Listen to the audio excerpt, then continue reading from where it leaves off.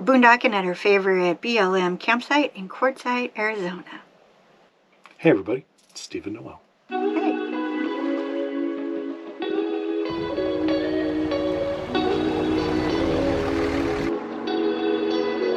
The desert holds all kinds of magic.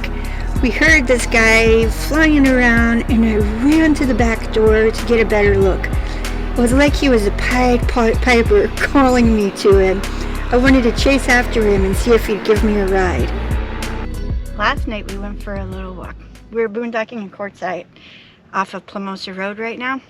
So our camper's back over there. Then we were going for a walk over here somewhere. And all of a sudden a little dog comes up to us. He came from way over there. I don't know if you could see that camper, but we heard some dogs barking over there. And then here comes this little dog. Well, I think, and then I hear the people over there calling two dogs. So I think their little dog has escaped. And so I'm kind of chasing the dog. I've tried to get in front of it to turn it around to get it to go back to their camp, but it won't.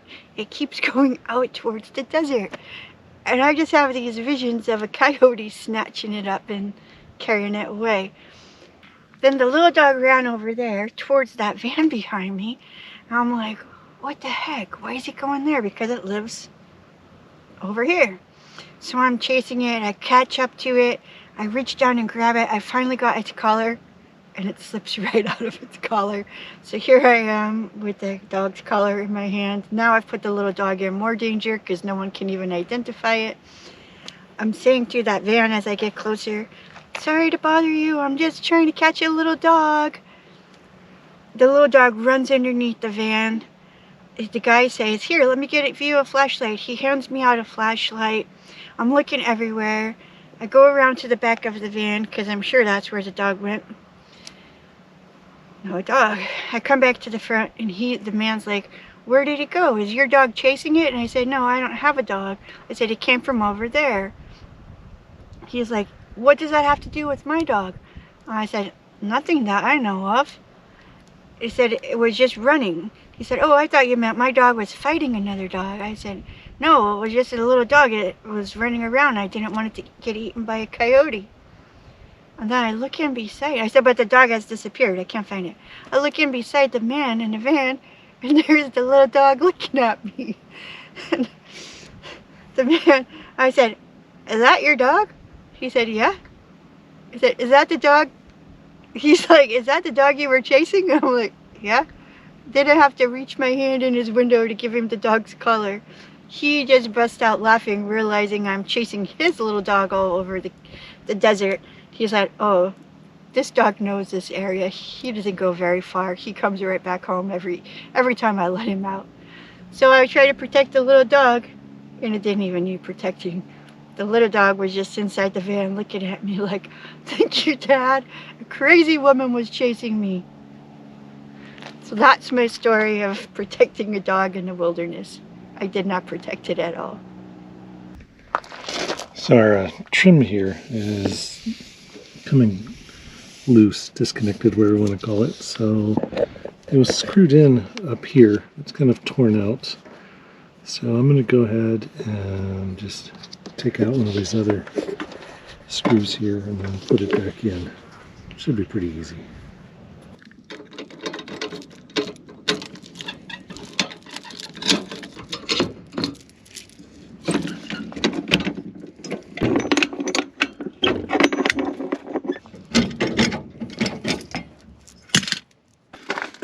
So it was connected here, so I'm just gonna try this guy.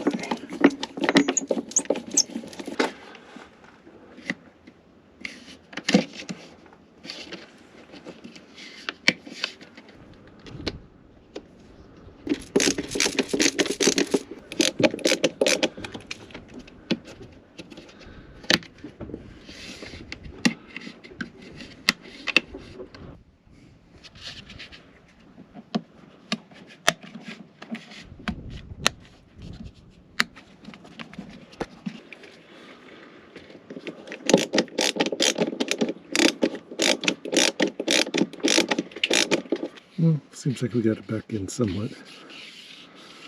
We'll see how long this lasts before this pops out again. Good for the moment. We just walked over to the area behind us that is a little bit more full.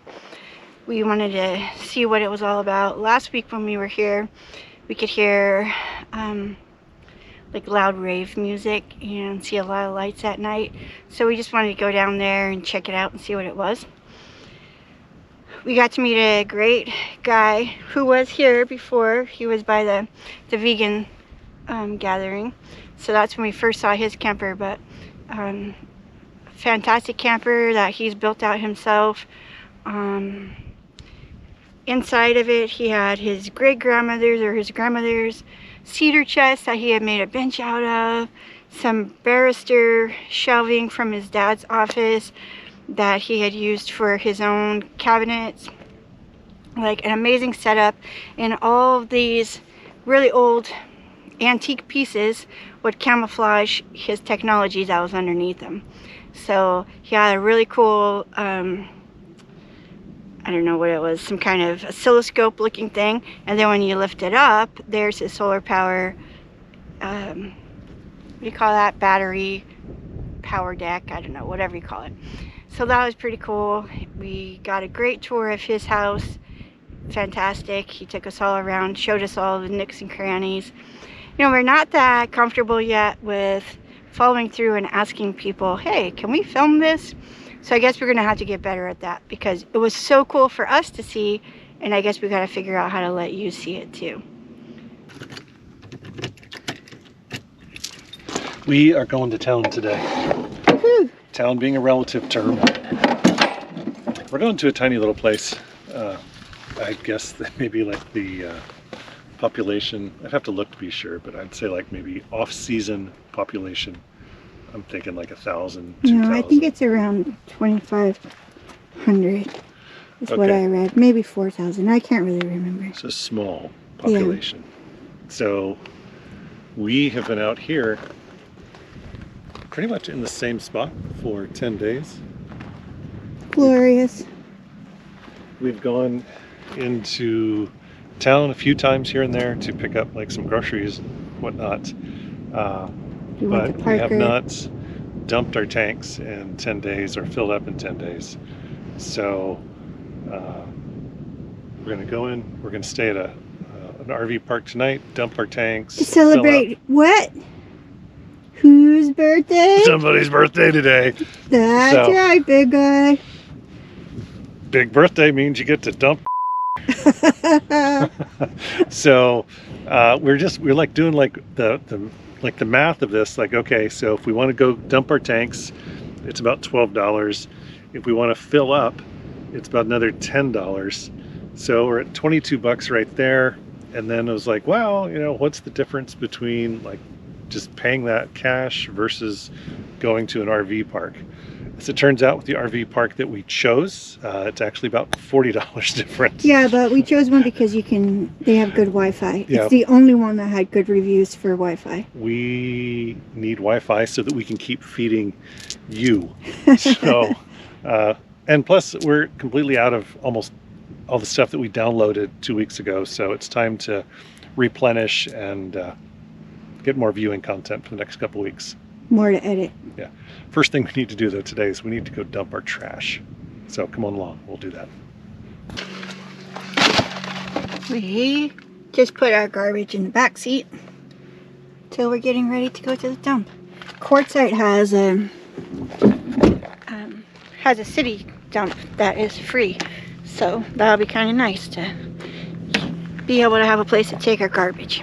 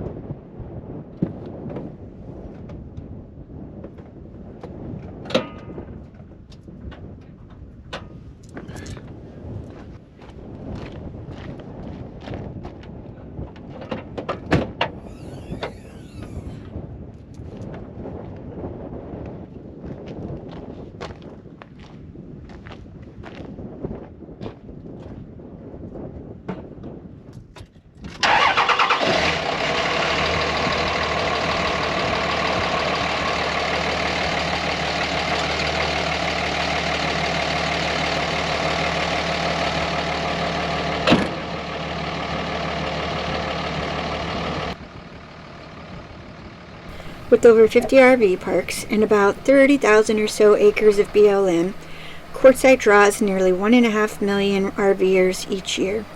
In addition to the RV show and the gym show, there's also the Tyson Wells swap meet.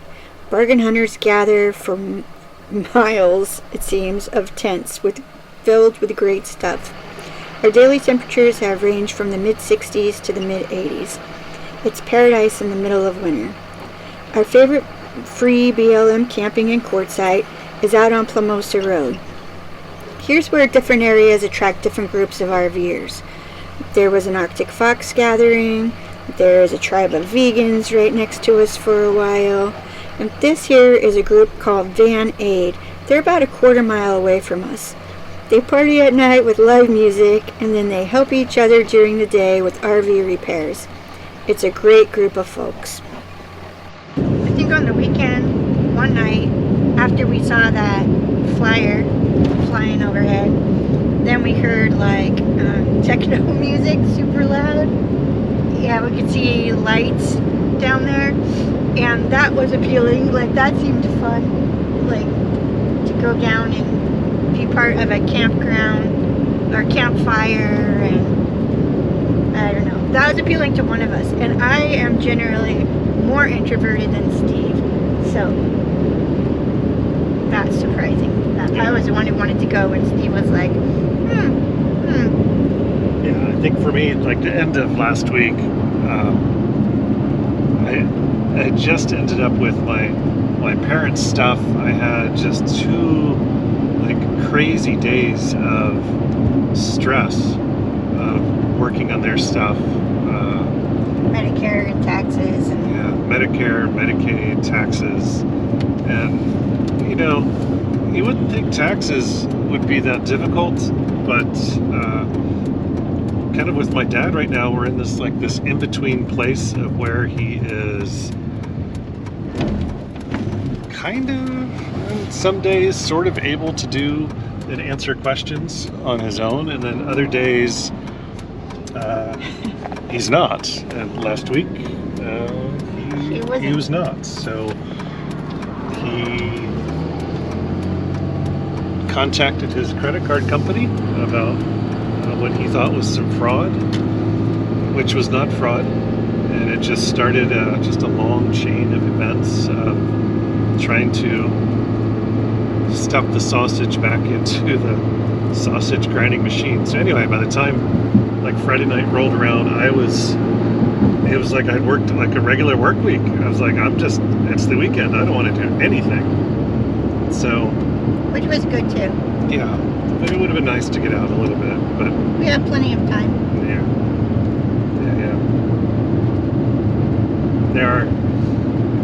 There are downsides. You know, Noelle and I talked so much about, you know, taking time off, a couple years off from work, while we're in our 50s, and we have the mobility, we have the funding to do something like this. But the biggest risk really was our parents' health. And holy crud, that has been our biggest challenge, really, is dealing with our parents' health issues. So I don't know if I had to do it over again, if I would quit work the way we did with our parents still living. I don't know.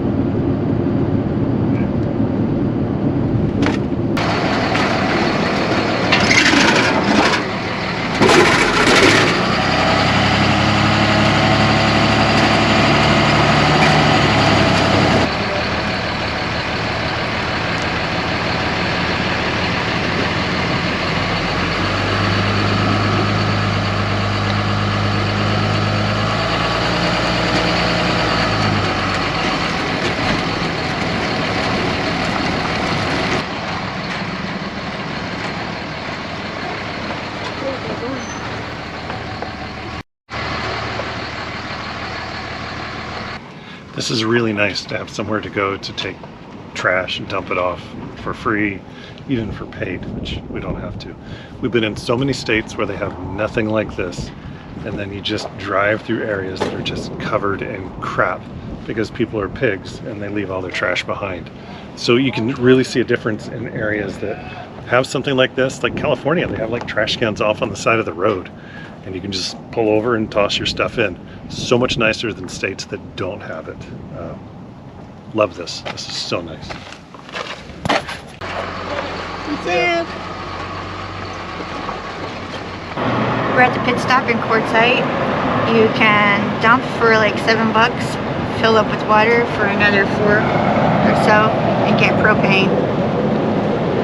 So I think with the propane we were at like $43. So not a bad start. This will get us another couple weeks in the desert. We're gonna head down towards Yuma, check out the barbecue festival this weekend, and maybe cross over into Mexico. We'll see. Well, this is a first this time. So it says no extra filters allowed. So I think that means they've got their own filter in here. Oh, yeah, big filter. When I drove by here on a Sunday, this place was just backed up all the way to the road. So there's like stations, like there's one on each side here. So when we came by, there was just a line of people like waiting to pull all the way through here. So they do good business here. This is set up to get you in and out quickly. So I appreciate that. I think from start to finish, we'll be in and out of here in probably about 25 minutes. So this is quick. Well, that looks good. A little bit of lunch while our laundry is washing. Here we are at Quartzsite Laundromat. There's our guy we met yesterday. Took a tour of his little camper. Across the street, you can see there's the Roadrunner Market. It's a busy little place. We ate some lunch while we did laundry.